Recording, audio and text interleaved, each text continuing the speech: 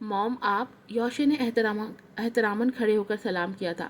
ہاں، ذری سے پتہ چلا کہ تم اٹھ گئے ہو تو میں آ گئی، تمہارے لیے ناشتہ بنواتی ہوں۔ نہیں موم، ہم ساتھ میں ناشتہ کریں گے۔ ٹھیک ہے، کہتے جینیفر کی توجہ بیڈ پر گئی جو کپڑوں جوتوں کے ڈھیر سے بھر رہا تھا۔ بیٹا وہاں سردی ہے، بس تھوڑے گرم کپڑے رکھ لو، باقی وہاں سے لینا۔ کیوں یوشے؟ جی صحیح کہا، باقی وہیں سے خرید لیں گے۔ یوشے ذرا اس کی ہیلپ کروا دو، میں ذرا تمہارے ڈیڈ کو دیکھ لوں۔ کہتے ہی وہ باہر نکل گئیں۔ یوشے نے موبائل سائڈ ٹیبل پر رکھتے اس ڈھیر کو دیکھا۔ یہ سب جائے گا؟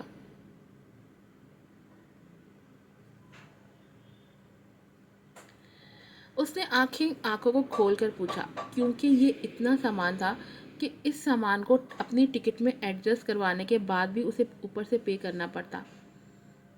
کہتے وہ بے دلی سے کپڑوں کی موٹی تہیں کر کے اٹیچی میں پھینک رہی تھی۔ میں مدد کروں؟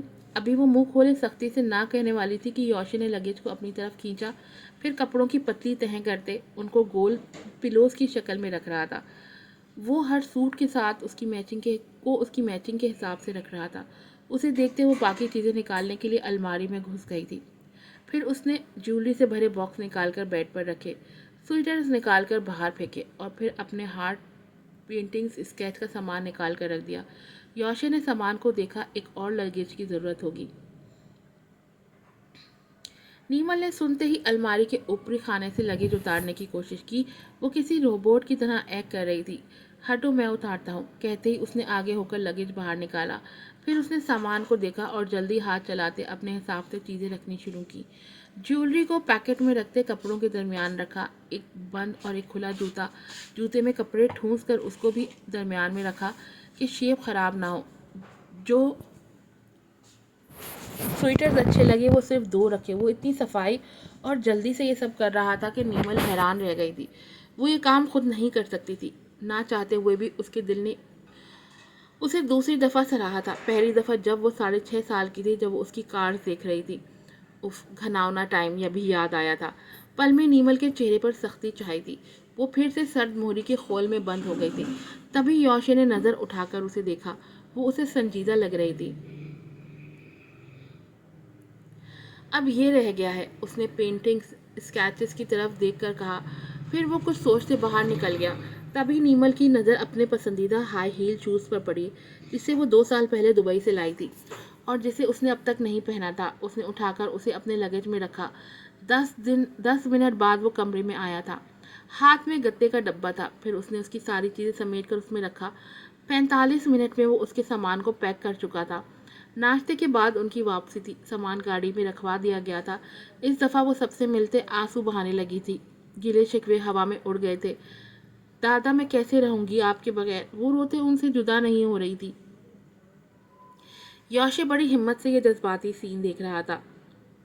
بس کر جاؤ نیمل، تم اتنے سالوں یہیں رہتی رہی ہو۔ زویا نے بیداری سے تبصرہ کیا، لیکن کسی نے اس بات پر توجہ نہیں دی۔ زید بھی 2 قدم آگے ذرا بیزار سا کھڑا تھا۔ یوشے نے بغور اس کا چہرہ دیکھا، پھر کچھ سوچتے اگلے ہی لمحے زید کو گلے سے لگا لیا۔ یکدم زید حواس باختہ ہوا تھا۔ وہیں سب حیران سے یہ منظر دیکھ رہے تھے۔ یوشے حقوق العباد نبھانا چاہتا تھا جو بے حد ضروری تھے۔ بچپن سے لے کر اب تک جو میں نے کیا ہے اس کے لیے سوری۔ وہ کیا کہہ رہا تھا؟ زید دم بخود تھا۔ یوشے اور معافی، اس کا مطلب وہ واقعی بدل گیا ہے۔ چند لمحے بعد زید نے بھی اپنی باہیں اٹھا کر اس کے گرد حالہ بنایا تھا۔ کمینے، دوبارہ مکر تو نہیں جائے گا؟ زید نے اس کے کان میں کہا تھا۔ جب تک بڑا کمینہ کچھ نہیں کرے گا، چھوٹا کمینہ بھی کمینگی نہیں دکھائے گا۔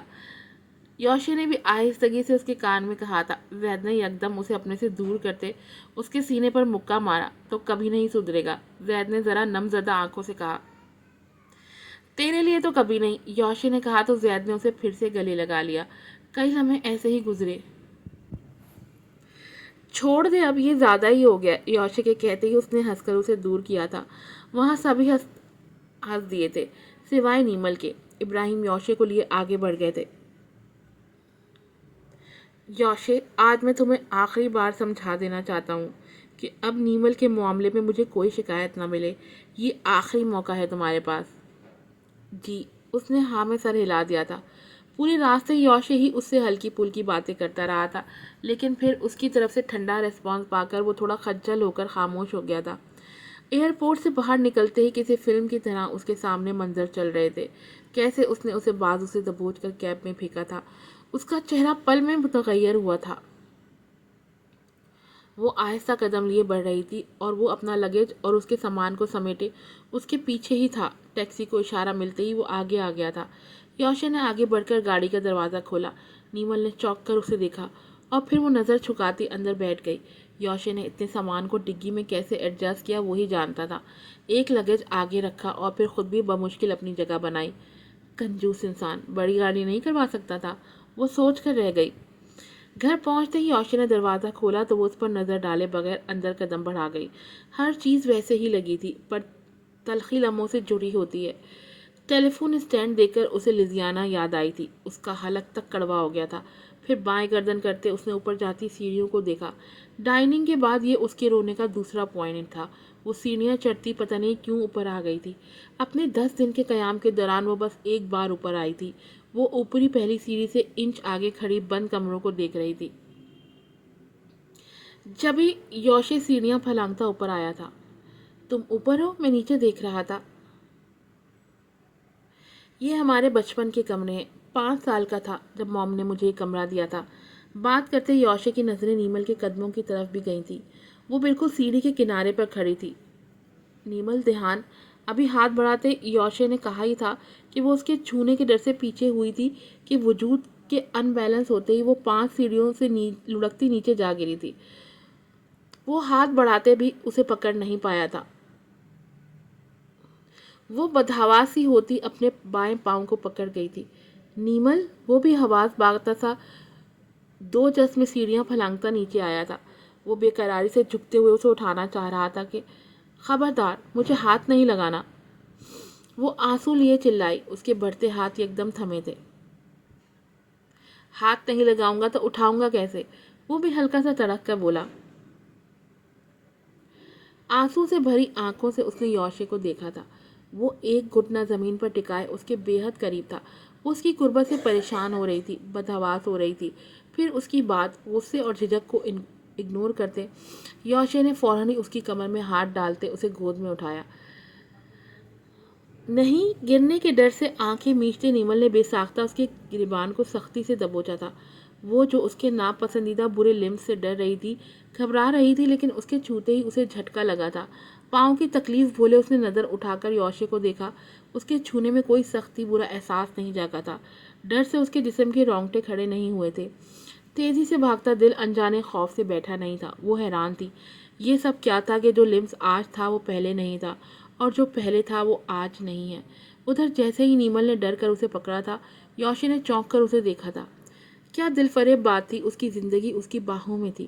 کچھ لمحے پہلے جو غصے میں ہاتھ نہ لگانے کا کہہ رہی تھی، اب سختی سے اسے ہی تھامے ہوئے تھی۔ مہین سی مسکان یوشے کے ہونٹوں پر آئی تھی۔ وہ سرشاری لیے دھیان سے سیڑھیاں اترتا نیچے آ رہا تھا، جیسے کوئی ایوارڈ لے کر اسٹیج سے نیچے اتر رہا ہو۔ یہ عجیب سی حرکتیں کرنے والی لڑکی واقعی اس کے لیے اللہ کا انعام ہی تھی، اور پتہ نہیں کس نیکی کے طفیل اسے عطا کی گئی تھی۔ ایپیسوڈ نمبر 24 یہیں پر ختم ہوتی ہے، اور پھر ملوں گی آپ سے نئی ایپیسوڈ کے ساتھ۔ السلام علیکم۔